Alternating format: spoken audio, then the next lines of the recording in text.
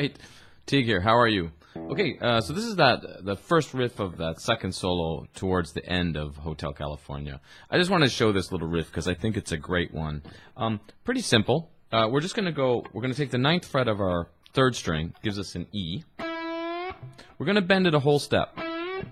So if you're not very familiar with bending, we're going to make it sound like this F sharp, which would be the 7th fret of your 2nd string. So if I hit this, that's the note I want to bend to. I'm going to grab this 9th fret of my 3rd string, and I'm going to bend.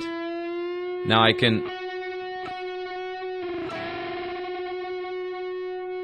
bend, and I can hit both strings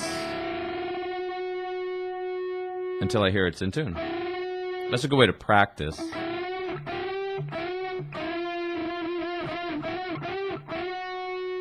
But we don't want to do that in the actual riff. It's just a good way to practice that riff. So we're going to bend this up. Then we're going to play that 7th fret of that 2nd string in F sharp.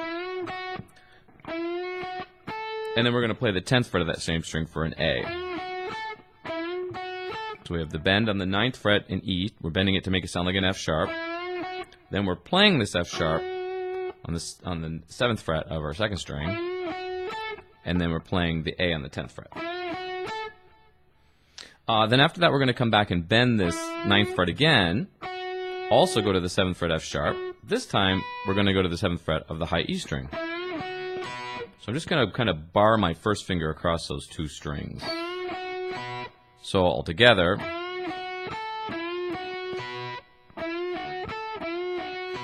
Now, something very important going on here is these are 16th notes, even though it looks like groups of 3, so sometimes people confuse these and think they might be triplets because it feels like a group of 3, like 1, 2, 3, 1, 2, 3, but they're actually 16th notes. So if my tempo was, say, about here, and my quarter note, I'm just playing my low E here, my 8th note, I double that, right? My 16th, I double that. 1, 2, 3, 4, 1, 2, 3, 4, 1, 2, 3, 4, 1, 2. We should count it as 1 E and a 2 E. So that's important. If you put the metronome on, you'll have your tick on that first bend. And then the next tick will actually be this F sharp on the 7th fret. So the 4th note. 1, 2, 3, 4. Sorry, the 5th note. 1, 2, 3, 4, 5. Tick, tick, tick, tick.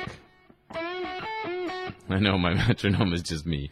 I can just bend that to wherever I need it, or I move it to wherever I need it to be. But obviously, we want to practice it with a metronome. I'll put a metronome on at the end. Let's finish the riff, and then we can talk about playing it with a metronome. Okay, but we're almost there because then we're going to bend again. This E, this 9th fret again. This time, we're going to go play 1 and 2 at the same time. And we'll hit it twice. So we're going to do this twice. So we're going to go.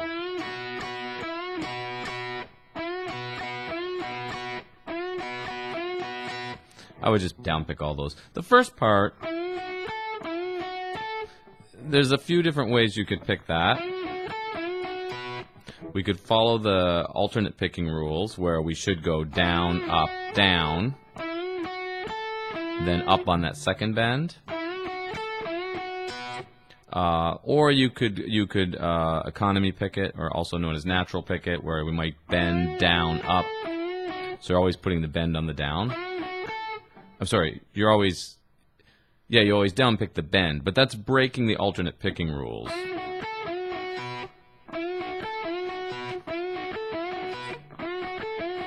I'll try to get a page up, in which case I'll put a link in the description here to show you those 2 different picking options, and you can pick whichever is best for you. I think in this case it's really whatever you're more comfortable with. So altogether,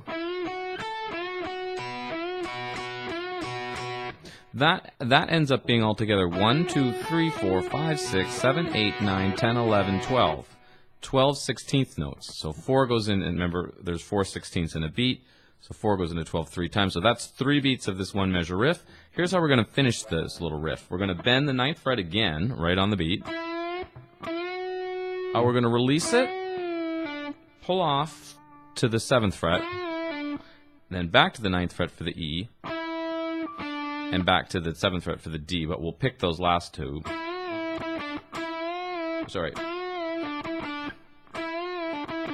Now, here's what's happening with this. You can think as the bend as the first part of beat 4. 4, release E, and then is the E to a D. But remember there was that one little pull-off in there? Just like a grace note.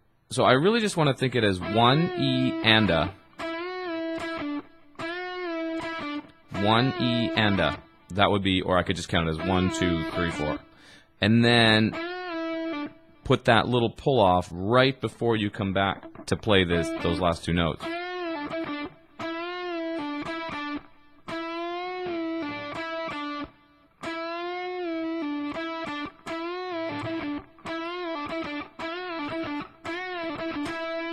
And then bend it again to start the downbeat of the next measure. So,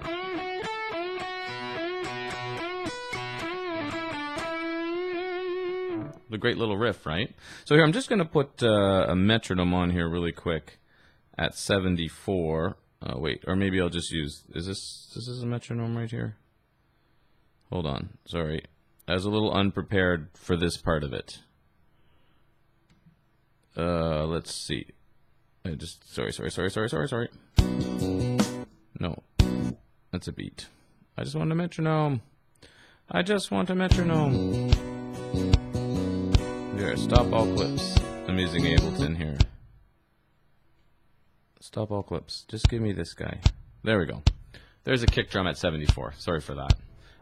So again, I'll just use my high E for here for a minute. Quarter note. 8th note, I double it. 16th, I double that. So da da da da da da da. That's the rhythm we want for.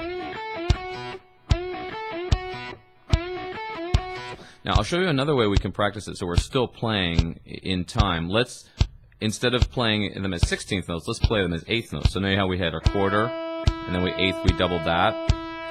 So I could go.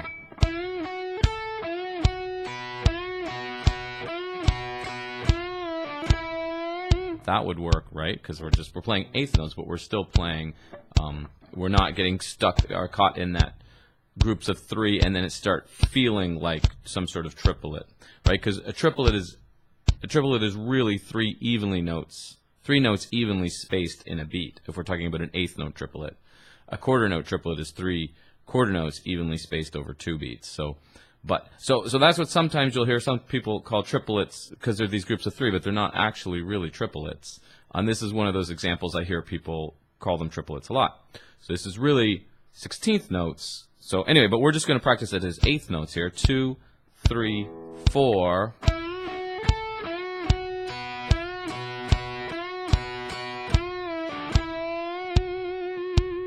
Again.